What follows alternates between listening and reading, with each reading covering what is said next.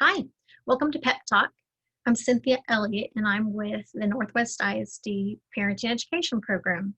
Today's topic is your child's success at school. Teamwork is where it's at. I think we all can agree that everybody wants the very best opportunities for our children to help them grow and thrive. Parents, guardians, I hear it all the time that is what you want for your kiddos, the very best opportunities. And then as educators, I promise you, we want to give your child the very best opportunities for them to grow and thrive. And so today we're going to explore what we can do together to give our children that opportunity so that school is a success for them. When we think about what makes things successful, we have to think, who's responsible? What are the influences that affect the quality of a child's education? We really could spend the whole time today talking about that. There's so many. I mean, we could go off into like policies and where you live and all sorts of things. But really, we want to focus on what we can control right now. And that is that there is this thing called this educational triad. And we know that the school, if you're in public education, that's a big part, obviously. We even seek out just great school systems, and we definitely believe that if you're in Northwest ISD, you've chosen an excellent place to live, and we are working our hardest to provide this quality instruction and experience for your child. But then you can see on the other side of the pyramid, it's the parents. And really, research tells us that parents, guardians, you are the most important factor between school and parents and just family life. You really are so influential on your kiddos' quality education. But we cannot forget the student. Ultimately, it's the student who chooses how they embrace their education, how they're going to look at school every day, look at school in all the opportunities that are there. It really ultimately is the student's choice. But boy, adults, we have a lot of things that we can do to influence that and really encourage our kids to be successful at school in all ways. We're not just talking about good grades. Really, we're just the overall experience of school can be a success. And ultimately, again, the goal is to help our children grow and thrive.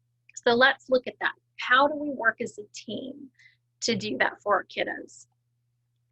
First, we need to think about, what are our attitudes towards learning in school, and really go back. Let's go back to the family we grew up in. What were the attitudes towards learning in school in your household when you were a student yourself? Was there a positive attitude? Was there a negative attitude? Was it something that your family embraced, or was it something that your parents just kind of really didn't talk about? So, think about the positive and negatives there. Were your parents involved, or your guardians or your grandparents, whoever raised you, were they involved? What did they tell you about school? And then how has that affected your attitude towards your child's education?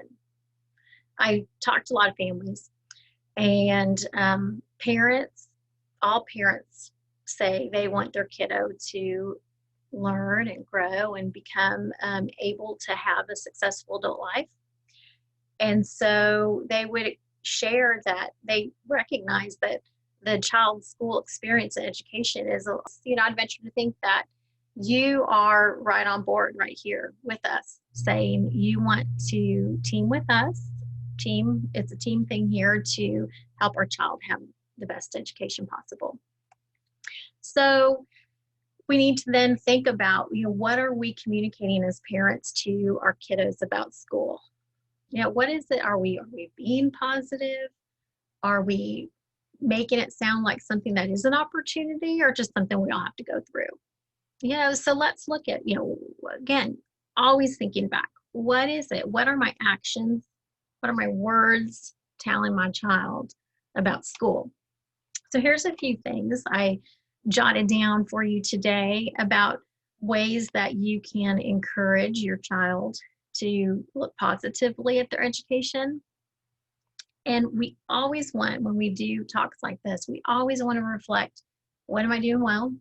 Do I do these things? And just, again, give yourself a pat on the back, parents, because all of this is hard. You are struggling so much. I should say you're managing so much. And we know that with that becomes a lot of responsibility.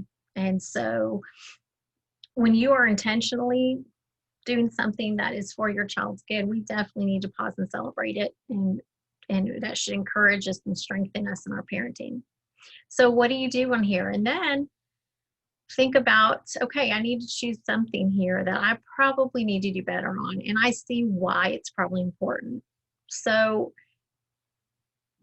are you taking an active interest in your child's day? And as your child ages and they become kind of a little less more, communicative and not sharing quite much and just school was fine kind of things, answers you get, you know what, try a little bit. Say, hey, tell me something that had made you laugh today in class, or did y'all talk about something that challenged your thinking?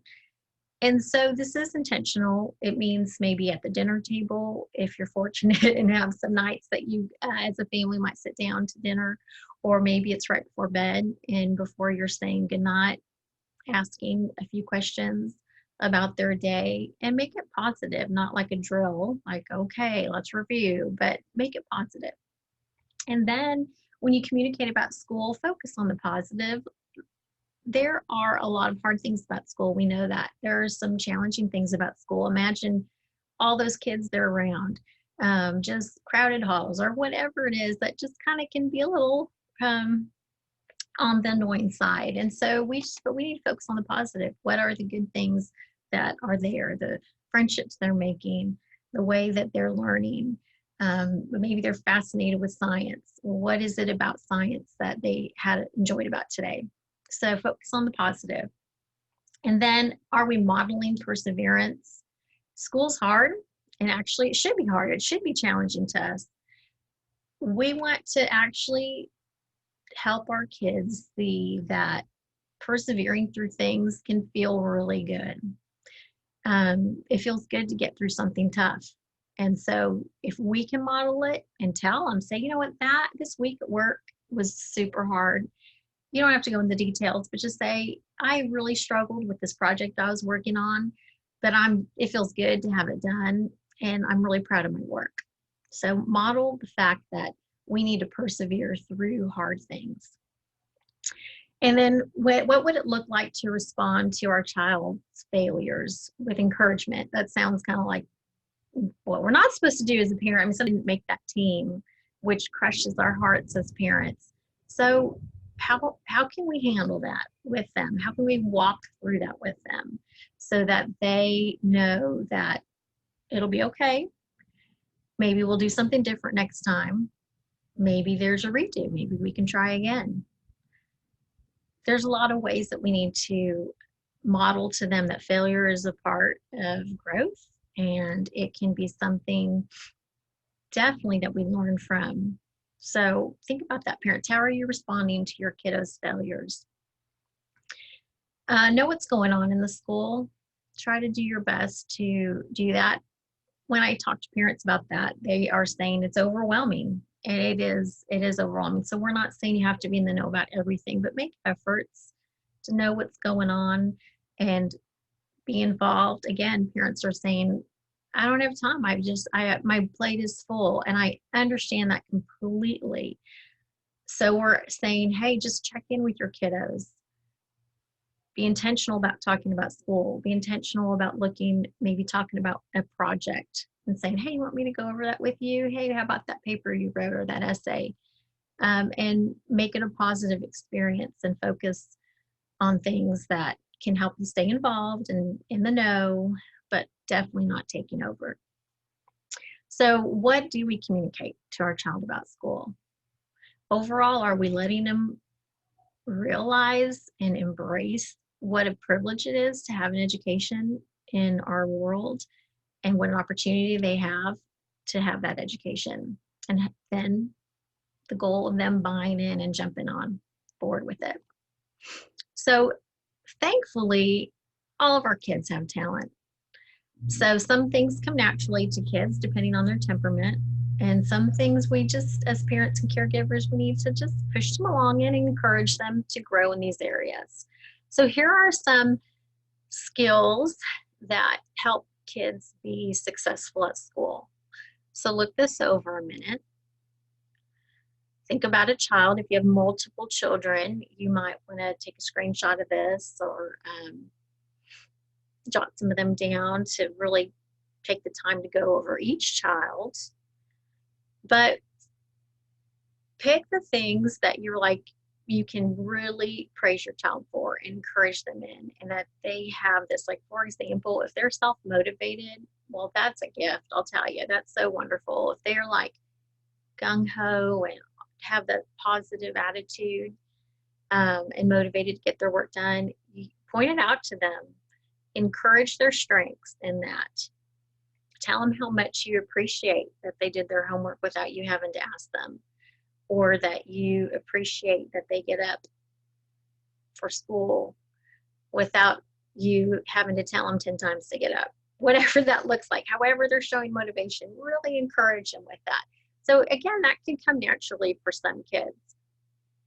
Some kids, boy, we need to really be able to encourage that. And we have to kind of push them along in that motivation and with that thought, we have to motivate them by pointing out other strengths so that when we look at our strengths in general, we get more motivated. So we're not going to go over every single one of these, but the goal here is for you to recognize the strengths your child brings to the education field or to their learning, and to encourage them in their strengths by recognizing that and being verbal with them about their strengths. But then also to choose one that you reckon that you're like, okay, I can identify that my child is not necessarily the most organized. So it's a hard skill. And so talk to your kiddo. What does it mean to be organized? What does it look like to get organized for school? I particularly think of middle school kids. For some reason, that's just one of those years of development that just their brains just all scrambling up, and they just tend to have a difficult time with organization. We just need to encourage them along, model for them, give them ideas, and just talk them through building that skill. So when we think about our home life, we want to create a supportive learning environment at home. Again, it goes back to the family, it goes back to the parent about just how are we communicating the importance of education to kiddos and just the importance of learning, not even about learning at school, it's bigger than that, but learning about life, learning how to change a tire, learning a new skill.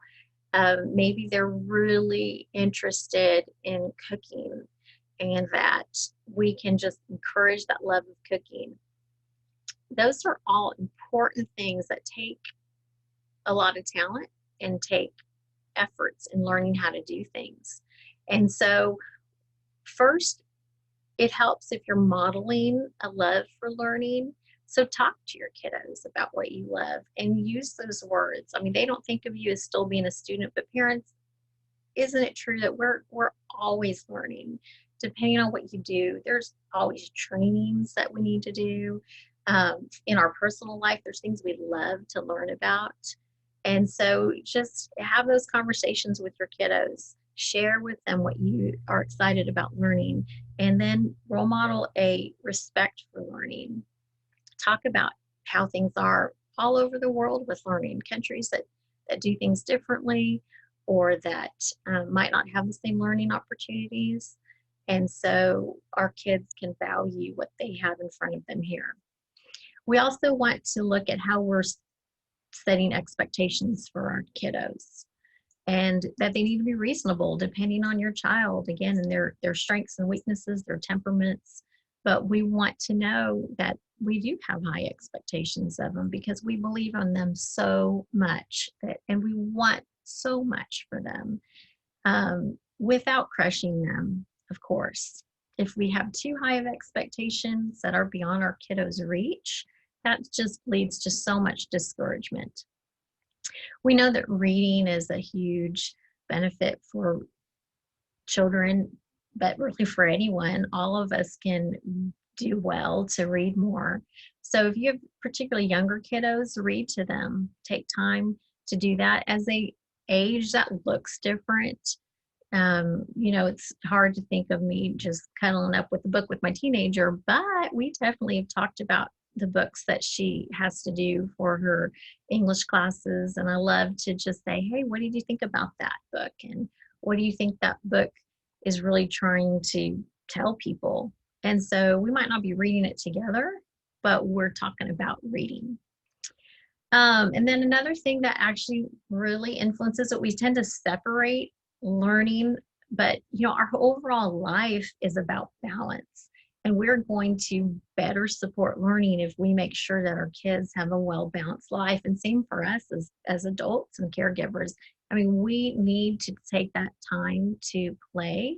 We need to make sure we're taking time to rest and take care of ourselves. And then we have the ability to focus on our work and school. So I love the thought of us teaching kids what balance looks like and then living that for sure. That there's a time to work, there's a time to play, and there's a time to rest. A tough one is the next one of just discipline, right? It's something that it doesn't always come naturally for probably the majority of us. And so we need to model it. We need to teach it. We need to admit when we don't have it. And so just having those intentional discussions with your kids about that will help them, because the more self-disciplined they can be and they can recognize that they might need to build that, and then seeing what that means to have self-discipline of making choices to do things and following through, can really affect their success at anything, really. But it could be a sport, it could be an instrument, it could just be anything that they love. The more self-discipline they have in it, the more they're going to advance and succeed. And then in general, create a setting for learning in your home. And I love this because if I really want to think outside the box, it's not just about setting up a little area, maybe at the kitchen table or whatever that might be in your home, of that, hey, here's your spot to get your homework done, or talk about, what it means to have a healthy learning environment. But it could just be anywhere you're at, create a setting for learning. You can be at the grocery store and you can maybe see, you have your 5-year-old with you and you see of this crazy fruit called like a jackfruit or something, and just encourage them to say, I have never eaten this. I wonder what this tastes like. Look at how big it is. I wonder what people use it for. And just have discussions about the things you see all around you, because that really is about learning. So when we think about the team, again, remember, we're all on this team. Our child's success at school is a team effort. We need to recognize that communicating with the schools is an important part of it. Again, when I've talked to parents about the importance of this, I always ask, what is a barrier to this? And they are always saying that, one, it just can be a little overwhelming, particularly as your child ages and they have 7 or 8 teachers. I mean, how do you get to know 7 or 8 teachers? Super hard. But we're not saying you go to lunch with them all. I mean, we're just saying try to know who they are. Who teaches their English class? Who teaches their art class? Whatever it might be. What is she like? What is he like? Just have these conversations with your kiddos about them. Let them know that teachers are in it because they really wanting to make a difference in the passion that they had. Like, say, a music teacher obviously loves music. And so they're in it to try to inspire kiddos to also fall in love with music and teach and enjoy the aspects of music. Maybe your kid is far from a musical person, or far from, like, that's their least interest. Still encourage them in that to be still respectful, to understand that to be a well-rounded kid, maybe it's a good idea to learn a little bit more about music or sing a song here or there or play an instrument. So encourage your kids to have great relationships with their teachers. They're not going to like all their teachers, get along with all their teachers. They can learn to respect all their teachers, and they can value the role that they have in their lives and their education. We want to also look at what it means to share information with teachers. So there are things that are definitely private. We respect your privacy, but it is very helpful for a teacher that if your child is struggling in some aspect that it's going to affect their learning, that you might just want to reach out to that teacher and let them know. Maybe you just moved here. For the most part, we don't always know that when that child's walking in the room. It helps to get a little email saying, hey, we just moved here and my child knows no one. Can you just keep a little eye on them or set them next to someone who, is friendly or whatever that might look like. But it's helpful. Teachers have lots that they're juggling. So if you make that intentional effort to share with them about your kiddo, it is going to go a long way in helping your child and helping the teacher meet your kid where they're at. It is very encouraging for educators to know that you value them and that they're important. Their job is big and they have a lot that they're trying to do their best on. And so encouraging days, so for when you can share with them how important they are to their child, it makes a big difference. So do what you can to encourage teachers. The next one that we're looking at, I definitely, it's a tough one because when we're looking at the school policies and classroom policies, sometimes we just don't get them really. I mean, if we're honest, there are some things that we're like, we do not even understand why you have that policy. But I can promise you from this side, from the educational side of things, there's always a reason for a policy, and we're always looking in your child's best interest for safety or to help things be facilitated the best way. So if you would give us the, just know that our intent is always is well. So knowing those policies and then supporting them, or at least just acknowledging that things will flow a little better the more that we can follow policy, and it'll help out a lot. If you don't understand them, please let us know. We are happy to explain attendance, to explain grading policies, to explain things to help things go smoothly for your family. Finally, we want to camp on what it means to be a team, right? That when we are working together, when a parent comes to see me or when a parent goes to talk to an administrator and they come in with a, hey, we're a team attitude, boy, that discussion tends to go so much better. When it's not an us or against you or any of that, it's, hey, we have this situation and what can we do, us as a family and you as the school system and the child, what can we do to resolve this issue? We love being on this team with you. And so we'd love to see that would be a value that is expressed by all parts of the team. So that's where we're at. Yep, educating a child is definitely done as a team. Caregivers, parents, you're a huge team player, schools, we're another player, and then of course it's your child. Your child really has so much of the responsibility to ensure that they get an excellent education. Yeah. Thank you for joining Pep Talk today. Again, this is a part of Northwest ISD Parenting Education Program. You can visit our website at nisdtx.org/PE for parent education. We are posting more and more webinars that we're doing. Future ones will include giving kids responsibility for themselves, Strengthening Families in Complex World, and so, so much more.